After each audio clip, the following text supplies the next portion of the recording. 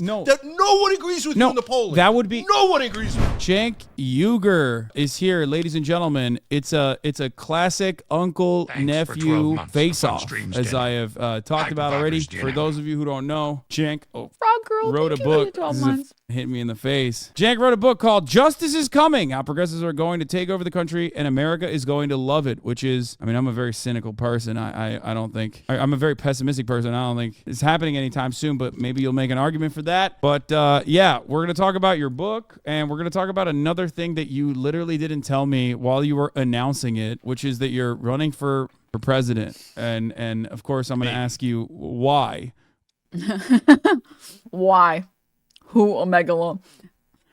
I like the idea that Hasan is mad that Cenk didn't announce his presidency on his stream. He's like, bro, that was easy content for me and you didn't do it on my stream? You're a terrible uncle.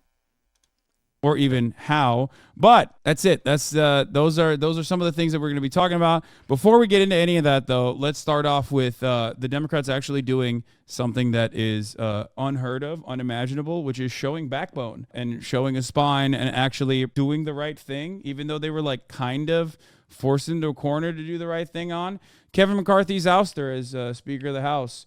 What do you think about it? Yeah, look, I guess I love it. Not going to change anything. It's not going to make any difference. But I agree with you. I'm glad that the Democrats didn't gratuitously help them. So I talked to Representative Rokana on Friday in D.C., and we came up with a good idea together, which is the Democrats, for whoever that it is, his children should keep doing... whatever it is you were going to say. No, that's not it. Wait, you guys didn't have the good idea of making sure that his children were participating in the stock market and having excellent returns? No.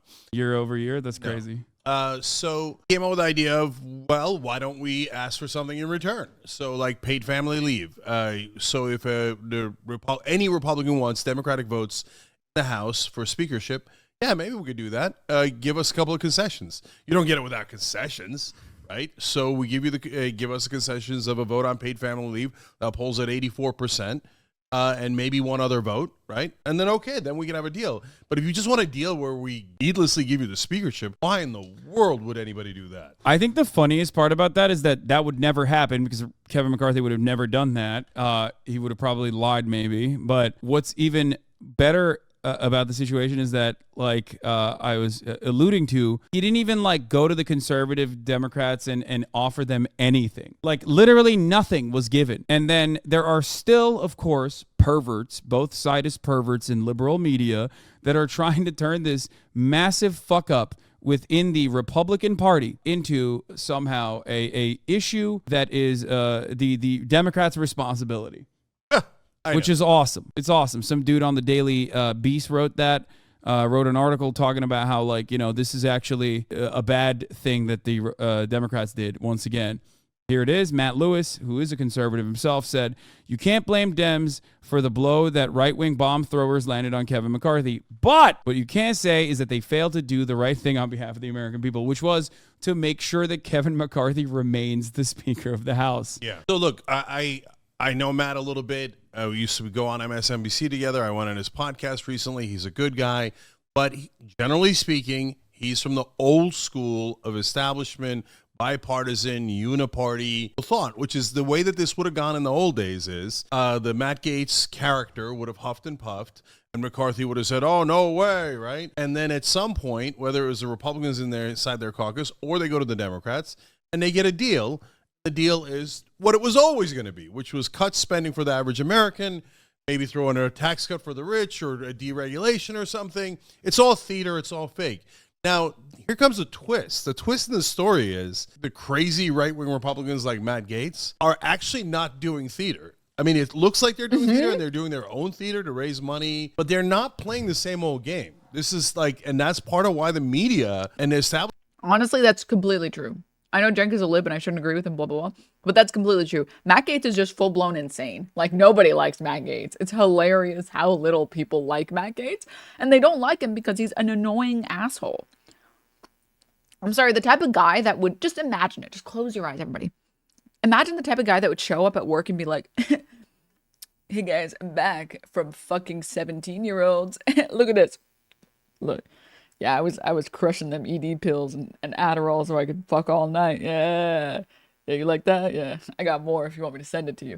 Like, that type of person is so abhorrent. Everyone would be like, dude, what the fuck? Get away from me.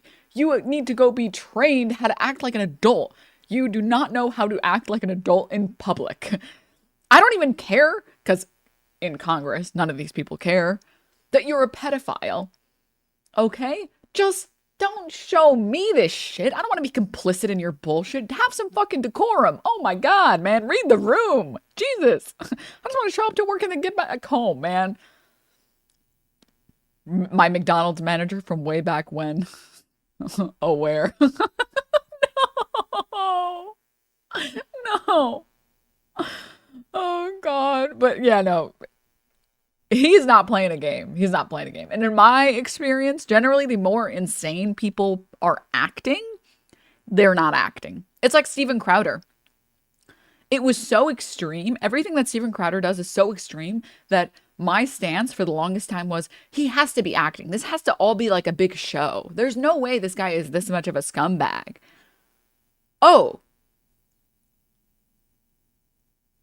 He is this much of a scumbag. Okay. Got it. Okay, got it. Got it. That doesn't work for me either. Establishment is so mad because they're like, wait, you guys are supposed to pretend to object, but not actually object. And we're supposed to cut spending for the average guy. That's why guys like Matt go, I don't get it, man. The Democrats are part of this play, good cop, bad cop. And the good cops are supposed to come in at the end and screw over the American people while pretending to be good guys. And so since the Democrats didn't do it and Gates didn't do it, they didn't get a deal. And so I don't think it's so bad at all. Number one, they weren't doing anything anyway. Yeah. Right?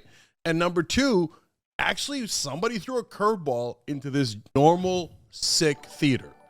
I like to always say, what would the Republicans do if roles were reversed? And if anybody in here thinks that they would have like dove on a grenade to save the Democratic Party or the institutions to like make sure that Nancy Pelosi would have retained. Oh my God. Study time. Thank you for the raid. Thank you. Thank you so much for the raid. Hi, raiders. Hi. Hi, everyone. I hope you guys are doing well. Hi. We're just watching this terrible interview. We'll call it. Her speakership position, you're fucking out of your mind.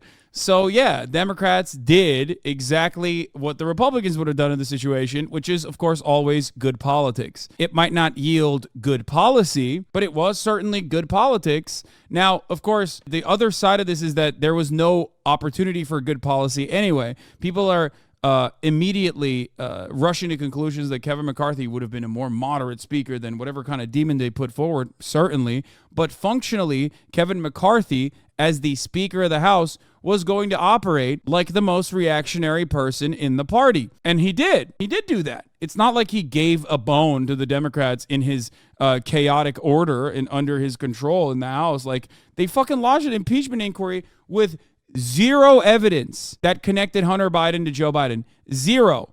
Okay? Zero. That's insane. That's so insane. And it's not like there was no investigation leading up to this. There was. They just did it behind closed doors because they knew they had no real evidence. And they just like kept going along with it. And now they just like apply this rhetorical tactic, this little trick where they say the Biden family. Have you noticed that? Where they, instead of saying like Hunter Biden, they always say the Biden family, we're doing crimes, as though. And the most hilarious thing is multiple, not just one, multiple Congress people, pundits, senators, reps have been on Fox News or CNN or whatever. 6-month subscriber pog hello Denims and chat. Multiple of the people. Oh, sorry.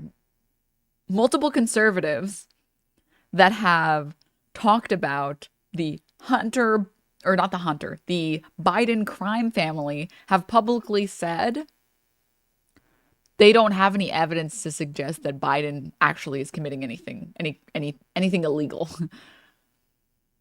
Like, they've literally been on air and said, well, we don't know yet what Joe is up to, what he's done, but we want to research just to see. Maybe. We have no reason to suspect that he's doing anything illegal, but maybe he is, and that would be good for us, so we're going to push this narrative. But that's exactly what they do with climate change. Climate change might be real, but I think we're over-exaggerating the numbers a little. Are we sure that it's fossil fuels and not the straws that everyone's using that's killing the turtles? You know, you just need to throw enough plausible deniability and enough garbage into the public discourse so that you don't have to talk about the issues anymore. The antics over there have quite literally driven me further left. Yeah. Also, Zeno, thank you for the 6 months. Thank you. So, like, you know, because technically it's not wrong. Hunter Biden is a part of the Biden family. Yeah, it reminds me of the trick that Dick Cheney did to get us into the Iraq War. When he was asked on Meet the Press, wait, did Iraq attack us on 9/11? He said, the fighters come from the same general region as Iraq. And that means, no, they didn't attack us, and you're just making it up. You're saying, what difference does it make? They're all Arabs. Yeah. So we talked. Hey, man, they're all just Arabs at the end of the day. And an Arab is basically a terrorist. So we got to take them out. About that, you think the Democrats have a little bit of spine? Not that it fucking matters in this situation anyway. So why do you think the progressives are going to win? What's going on in this book? You wrote a book, finally. Yeah. You've been writing it for a while. Yeah. So, look, first I explain all the depressing stuff, so you're not going to be surprised by that, right? Mm-hmm. And I explain why, even though progressives are 2/3 of the country, and there's no argument about that we don't win. I explain exactly why. Money and media are the two giant factors. And I explain how we live under corporate rule and how we lost the Democratic Party, let alone the Republican Party. But then Kirkus Reviews and everybody else says it's a super hopeful book, because in chapter 6, I explain how we're going to win. And the answer is actually really easy, Haas, which is... It's really easy. Oh, my God. I cannot wait to see what he says. Hi, Ethan. Young people are super progressive. Oh. And the sigh that Hasan let out. I agree that young people are super progressive, and young people are going to be the only way that we probably get progressives in office. But... the rate of young people voting was not high enough for Bernie, and that caused me so much mental distress. I'm not even gonna lie. So the polling is overwhelming. The Republican pollster Frank Luntz's his toupee's on fire. Friend of the show, Frank Luntz. Yeah. Noam Chomsky agrees. You look at any of the data, under 45 in 2020 voted massively progressive. Now, this time around, it'll be under 49. By the time you get to 2028, it's good night, Irene. It's under 54-year-olds, and they're done. I think this is I think this is wrong. I will say this is like the classic trope that time and time again the next generation will save us trope. If with one exception, that's just not true. With one exception, the material realities for the upcoming generation, my generation, is significantly more dire. That's right. And therefore, they will vote along the lines if they are still participating in the democratic process at that point. If they haven't fully checked out, they might end up having a much poorer country overall and having less economic prospects overall will yield understandable results and will yield the same voting patterns. I do not think that it's more so a generation being progressive, but instead a generation not having access to additional economic opportunities that prior generations had, because you see it time and time again. Oh, yeah. People have. I think I can speak for most people in here, at least the people in my age group. I still felt like I had opportunities, 20 years ago, I still felt like there was a chance for me. For lack of better words. I made it through school, I made it through college, and I could have, if I wanted to, gone into the field that my degree gave me, right?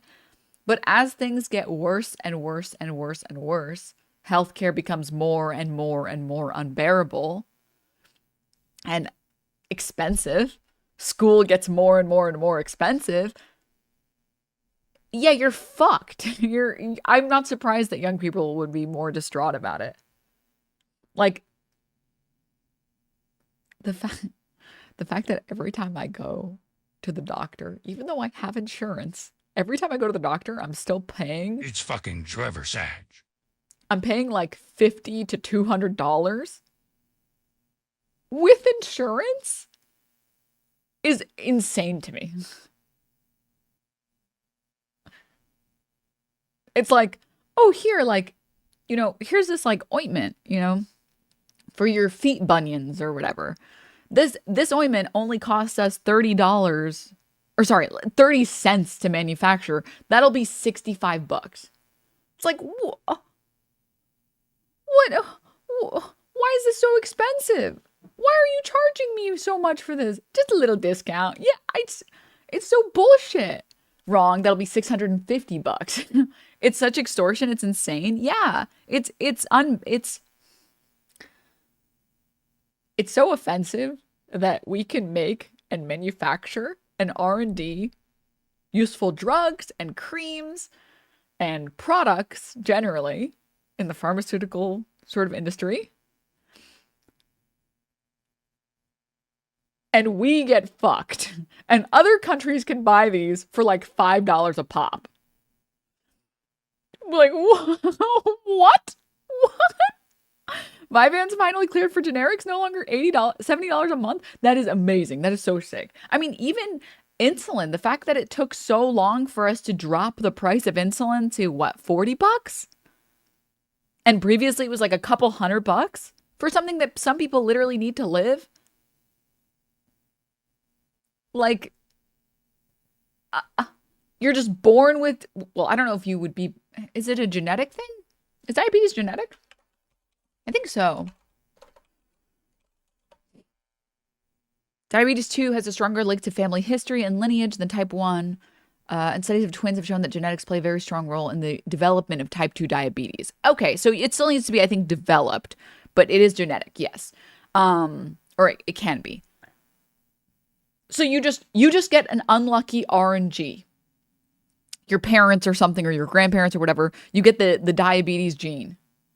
Guess what? Now you have to pay hundreds of dollars every month for the rest of your life so that you can just exist as a person.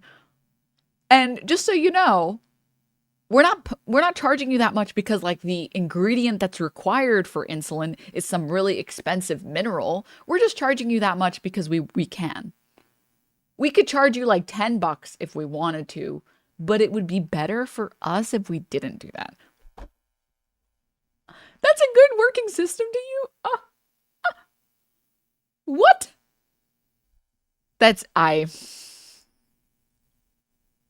No words. More assets, when people have more capital, they start voting in predictable patterns. They start voting for deregulation because they understand that like this is intrinsically aligned with their interests. Oh my God, Kaya is so good at opening that door now. It's crazy. I had put her outside and she literally opened the door immediately and ran in here. That's nuts. Okay, let me break that down for you. Yeah. Okay. So number one, the trope is actually not. I got close the door. You keep going. Trope is not intergenerational. It's about demographics overall, right?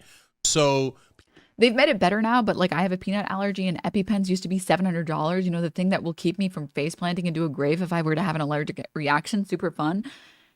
And again, the offensive thing, by the way, sorry to harp on this point, but the offensive thing is that it's not expensive to manufacture these things. It's not. If it was expensive to manufacture it, I understand. I understand why it's expensive. I understand why we have to pay that money or whatever, right? I'm sure that there are drugs that are difficult to make, that are expensive. Or, I mean, there are lots of things that we enjoy that are difficult to obtain, like lithium. You know, there's a limited amount of lithium, and doing so destroys the planet. Okay, sure. I get why things made with lithium would be more expensive. It's not expensive to make insulin. It's not expensive to make EpiPens. You know, it's expensive because pharma companies know that people have to buy it or it's straight up risk dying. I mean, take any economics course and you will see that capitalism, or rather capitalistic markets, do not work when, or sorry, they work too well rather when, goods are inelastic. Yes. When goods are inelastic, aka you have to buy them. Inelastic demand versus elastic demand, for anyone who doesn't know. Inelastic demand is just things that people will continue to purchase regardless of the price. Like food, water, housing, medicine, whatever. And then there are elastic goods. I don't know, jewelry would be an elastic good, for example. Yachts would be an elastic good, for example. Sex toys, sure, why not? Elastic good. If the price for those things got super expensive, people would stop buying them because it's not worth it anymore. But guess what? If housing gets really expensive, you're still going to pay for it. You're still going to pay for it because you need to live somewhere, It's almost like supply and demand doesn't work. Meerkat, what are you doing? Meerkat, come here. I was thinking. I forgot what I was saying. But anyways, yeah. Oh, yeah. Supply and demand doesn't work and doesn't actually get to equilibrium when the goods are inelastic. There should not be any markets when you are dealing with inelastic goods. It just shouldn't be the case. Jay, thank you for the tier 1. All right, we're done on that. I'm done shitting on the healthcare system. We'll go back. People say, oh, that's okay. The Democrats are going to win because they're going to get black voters. They're going to get Latino voters. And that's not at all guaranteed. So I never believed in that. And the identity politics generally doesn't work. But the idea that, hey, it's okay, the next generation never saves us isn't true. And everybody always says, oh, well, we are going to get more conservative as we get older. Well, I quote in the book meta studies that show that's not at all true. In fact, your political leanings get set between the ages of 14 and 24. The reason why people think that you become more conservative as you get older is because people have wrongfully attributed claims to data that does not suggest that at all. So if you poll Americans, you will find that people that are 18 are less conservative than people that are 25. And people that are 25 are less conservative than people that are 40. And people that are 40 are less conservative than people who are 60. So currently, today in America, the older you are, the more likely you are to be more conservative. That doesn't mean that as you get older, you become more conservative. That means that prior generations were more conservative. And people love to quote that and be like, see, you're going to get more conservative as you get older. It's like, no. The research doesn't say that. It doesn't say that at all. What are you making? You're just making this shit up, man. Gen X was supposed to save us. Millennials were supposed to save us. Gen Z is supposed to save us. Gen Alpha, big bucks, no whammies. Yeah. Gen Alpha, this is going to be the one. Okay. Gen Alpha will fix us for sure. Study shows this. And yeah, as many people have already suggested, I've also become way more leftist, way more progressive as I've gotten older. Way more. And is it true? And also, finally, sorry to keep interrupting Mr. Jenk here. You generally, your personality and your political beliefs do get set in stone after a certain point, usually. Some people will still experience changes and stuff. That usually has to do more with like openness to experiences and openness to listening. I'm sure there are people in here with parents who, it doesn't matter what you bring to them, doesn't matter what evidence you bring to them, doesn't matter what facts you bring to them, what anecdotes you bring to them, they're never going to change their mind. And I'm sure there are people in here, a couple of people in here, who you can actually talk to your parents and tell them, hey, like this doesn't say that. And they'll be like, really? Yeah, send me the book. I'll read it. And it's the lead paint. Yeah. Oh, yeah. Yeah. And it generally has to deal with like how open you are to learning and changing as a person. I feel like there are people who do not change and then there are people who do change. But yeah, you do tend to become more solid in your beliefs at like what? Under 30s probably, and you usually keep those beliefs. But I was going somewhere with this. Oh no, where was I going to go with this?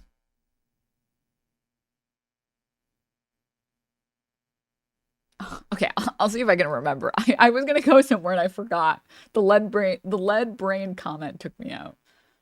For everyone? No, but is it true generally? Definitely. And so one of the examples that I give, Haas, is that back in 2011, did a normal study, and they found out that people above 65 years old were the most likely to vote Republican. I remember. You have to remember that the people that grew up in the 50s and 60s and 70s and 80s and even the 90s, they did not live in the information age that we live in today.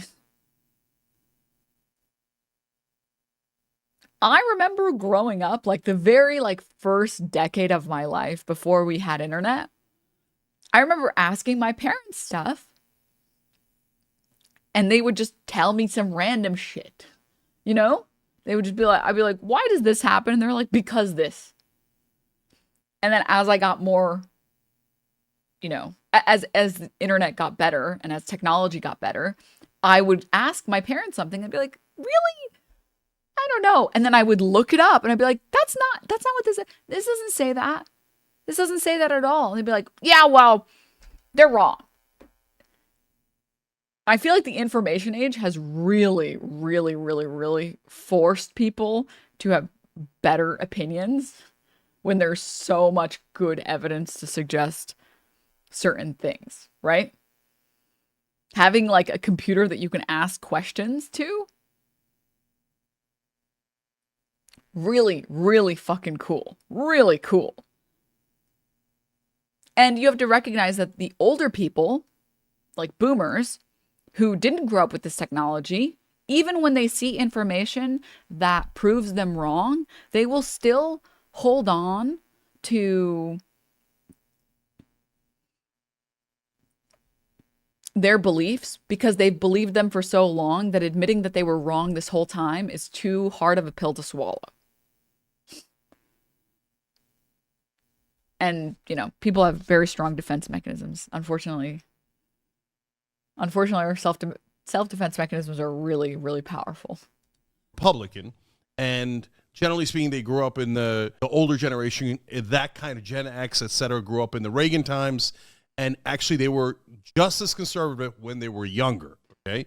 But above 85 was super liberal. And the reason for that is because they grew up with like FDR, LBJ, JFK, some range of that, right? And those guys stayed progressive their whole lives. I know, but there's like also at that point, how many fucking 85-year-olds exist? You know what I mean? I feel like that. No, that's not. That yields it's not a about lot of. Like right now, those guys are 97, right? That's not the There's issue. like 8 of them. No. The issue is that it's totally bullshit that people become more conservative as they get older. It's not at all true, and it's not backed up by the data. And this generation, I'm not saying that at all. I'm saying that the only thing that I would agree with on that data point is that it is totally, entirely pegged to their economic circumstances. Pegged. And the economic circumstances of the younger generation is very, very unfortunately are fucked. Yeah. No. That's why I'm saying like that is ostensible. And he's completely right. Also, my dad still hates that I correct him. He says, I always said I would support you, whatever you wanted to do, no matter what, and uses that as an excuse, like the same thing me not telling. Yeah. Me not telling him not to smoke in airports is not racist when he said that. Yeah, it's just silly. Survivorship bias? Survivorship bias has to be like one of the top 5 worst human biases. Easily 100%. One of the top 5. Look no further than streaming, okay? There are so many big streamers, or like medium-sized or whatever, successful streamers that would be like, yeah, it was all me. It was all me. I did so much work. I worked really hard. And therefore, if you work really hard, you can get where I am. Now, I am not so naive to think that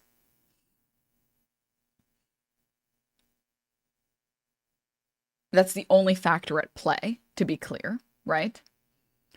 I do think that if you are collaborating, if you're getting opportunities, if you're getting sponsored, if you are making friends in the space, or you're getting rated and you're getting hosted, if all of these things are happening and you are still not getting viewers, then yeah, there's probably something wrong with your channel, right? In my humble opinion, okay? If you can get the people to look at your content and they don't like it, something needs to change, right? There's either maybe your content is too oversaturated. There's nothing wrong with your content, but there's a million other people doing it, you know? Or maybe it's boring, or maybe the audio is bad, or whatever, right? So there is some hard work that goes into it. And I don't doubt that every single successful streamer did work very hard. However, your luck plays a huge factor, a huge fucking factor.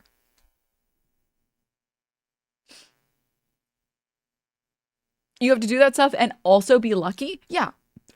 Because if you are not a good streamer, like maybe you just haven't spent enough time honing your craft, even if you get all the luck in the world, it doesn't matter. People are still not going to watch your content, right?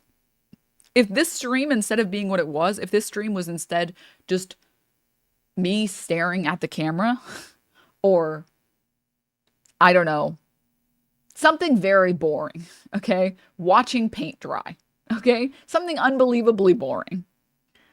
It doesn't matter how many people try and help me. It doesn't matter how lucky I get. The content is boring, right? It's not interesting to watch. But you can't deny luck, you know?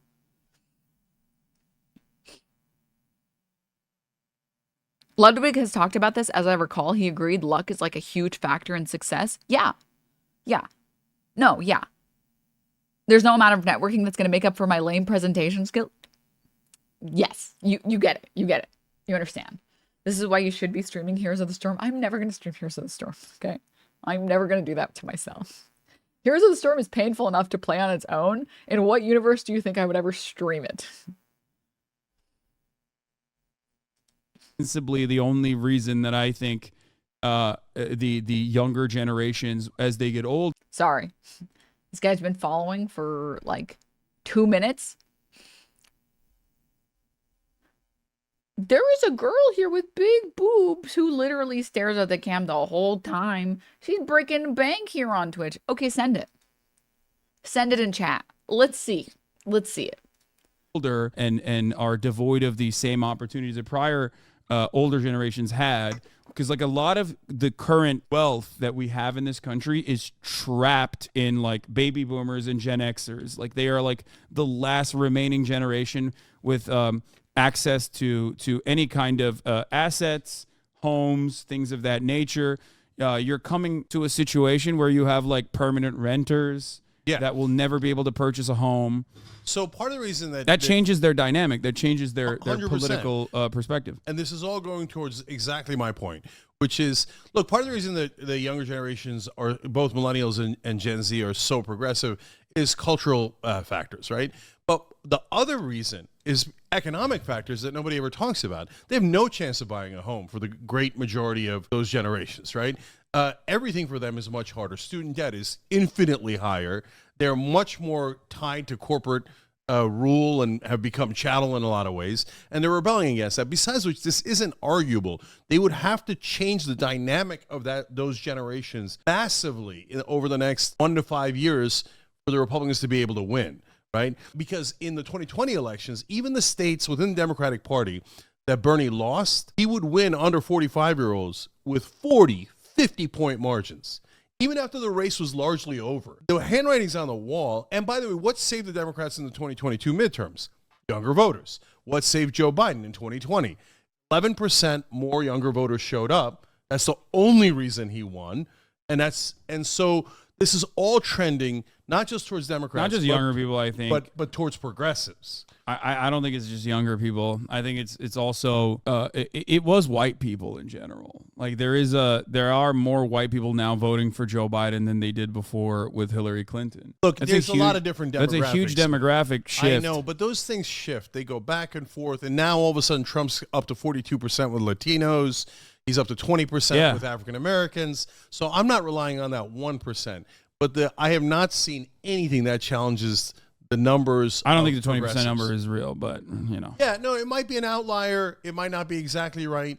But the bottom line is, I've never seen a compelling case for demographics saving the Democrats or progressives other than age. And age is the biggest demographic and the biggest difference maker. And so there's other factors too, changing media. So how are you going to activate younger voters to go out and vote?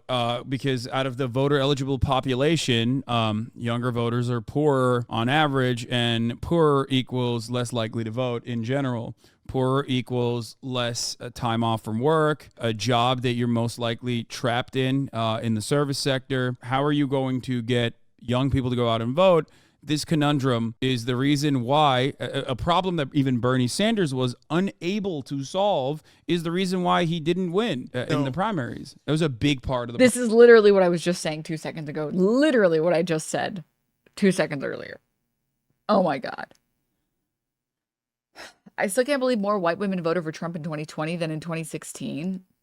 It's sad. It's sad and it's fucking pathetic, dude. Problem. So I hear you. Those are generally problems, but it's not that Bernie Sanders didn't solve it. So first of all, Bernie Sanders won the first 3 states, as we all know, right? And what happened then is mainstream media activated the older voters to vote in droves against Bernie, right? So normally after you win the first state, let alone the first 3 states, you get a significant amount of positive coverage, and I have the numbers and the data in the book. But of course, Bernie got like 3 times the negative coverage. Okay. We're saying the same thing. Right. You're just saying no. But my point is, at that point, even with mainstream media just blasting Bernie, talking about executions in Central Park and giving Biden enormous positive coverage, etc., Obama rallying everyone, Buttigieg, etc., still, if it was 4 years later, Biden would have lost to Bernie, because of the age demographics. Just couldn't do it with 45-year-old and under enough. Like if it was like 49-year-olds and under, Bernie almost certainly would have won. So, and here we are 4 years later. Look, is it written in stone? Of course not. But is it as dire as people think? Not even close. I think we're definitely the favorites, not the underdogs. And Haas, here's another giant factor. Media. We all know mainstream media hates progressives and destroys us at every turn, right? And so they activate the older voters. This is exactly what it's like talking to my family members. I get one word in and then they talk for like 30 minutes, and then I get one word in and then they talk for 30 minutes. Oh, God. Okay, wait. Chatter responded. Hold up. Let's do this quick stun lock, and then I have a video to watch, motherfucker. Total capitalism death. I have a video to watch. So let's get through this quickly, okay? This Crypto Nate or something. She has thousands of viewers. Keep believing looks doesn't have anything to do. I don't care. Hey, dipshit. Quick question. When did I ever say looks don't have anything to do with streaming success? I have never, ever made that claim. Quite contrary, I have made the opposite claim that pretty privilege on Twitch is unbelievably powerful. I don't know why.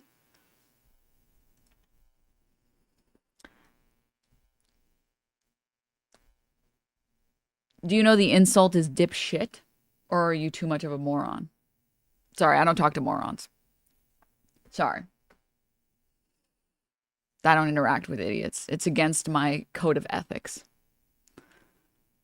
AX, thank you for the tier 1. Thank you. Gosh. Sorry, I know. It's just so hard not to get one guide. Okay, guys? It's so hard to not get one guide. It's so hard. And you guys already know, like, you guys are normal. You guys already know what my stance is on booby streamers and breast streamers. I love booby streamers, okay? I love them. I believe in sponge theory, okay?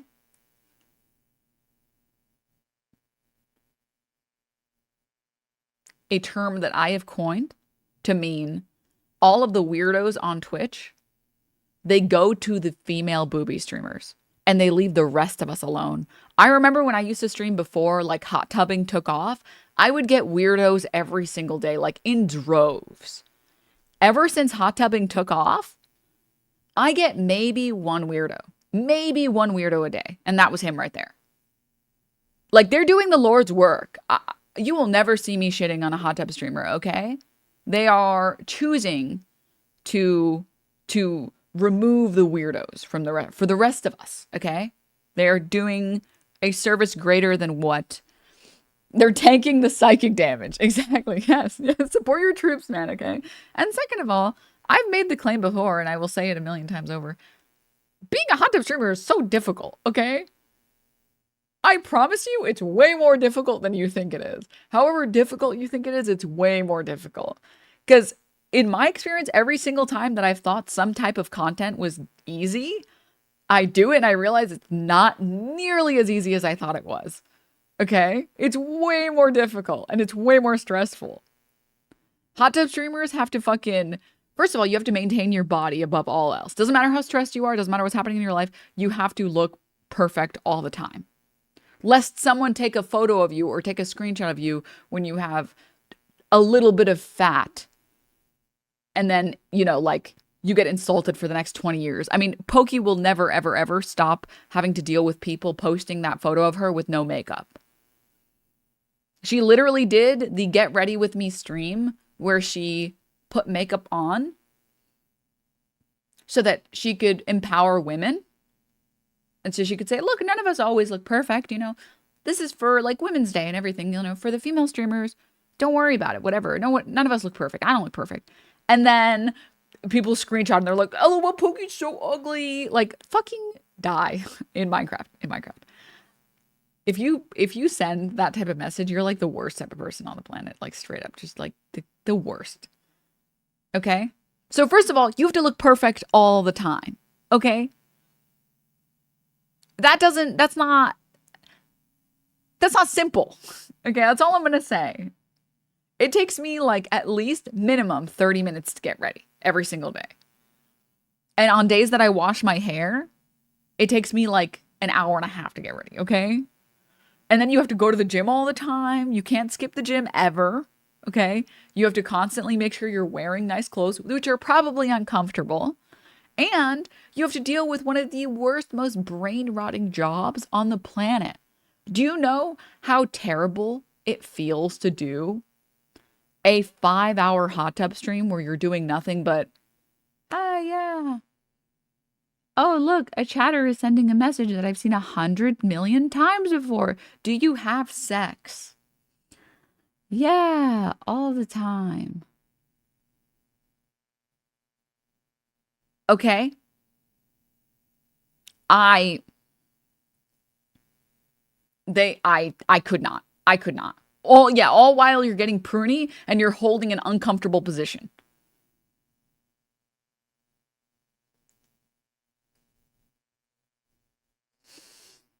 I could pivot today to being a hot tub streamer. And even if I could pivot today to being a hot tub streamer and be more successful, I wouldn't do it. Because the harassment you get is way worse. The stalkers you get are way worse. The death threats you get are way worse. And the worst of all, streaming that type of content, it makes your brain hurt afterward. It makes your brain melt. Hot tub streamers are braver than the troops.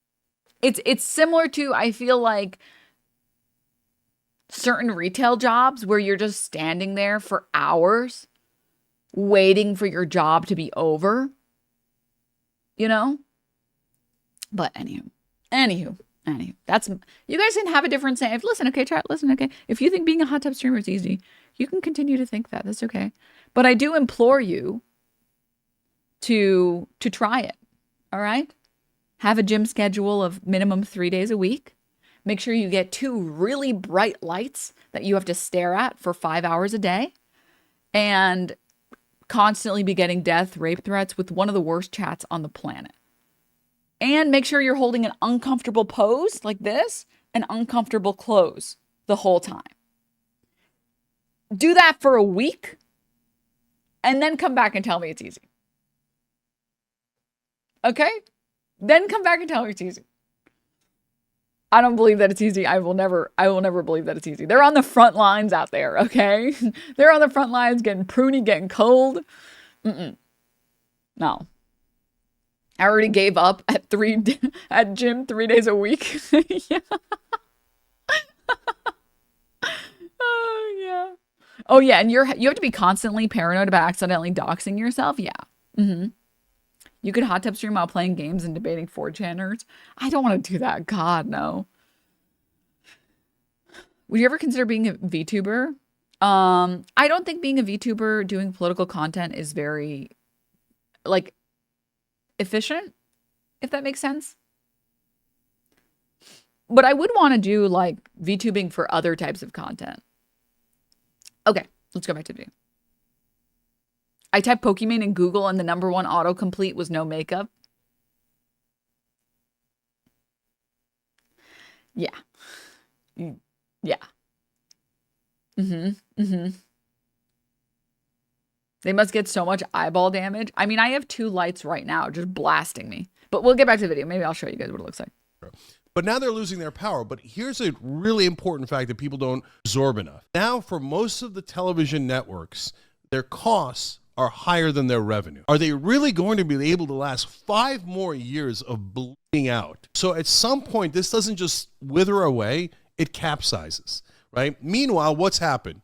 You know, TYT's happened, you've happened, tons of like new streamers progress, and almost all of them are progressive, right? So we've got some right-wingers trying their best, spreading sexism, bigotry, racism. I think right-wing media is significantly more popular. I wouldn't say that like they're popular because they have more like genuine grassroots support, but they're popular in the same exact material reasons as to why CNN cuts corporate propaganda, MSNBC cuts corporate propaganda, and Fox News is the most popular news broadcast. They have moneyed interests backing them, whereas like real progressive content has to revolve around, or if they want to be sustainable, heavily rely on subscriptions and that is incredibly difficult. There's nothing as good as just like having unlimited wads of money from concentrated wealth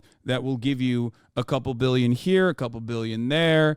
And that is precisely the reason why Daily Wire is fucking, taking our lunch money all day, every fucking day. Yep. I mean, the Daily Wire is a straight up like industrial complex of terrible conservative content. And that's because all of their content is super funded by probably every single thing that funds every single company, every single super PAC, whatever, every single group of people that currently fund conservatives in office, right? Oil, gas.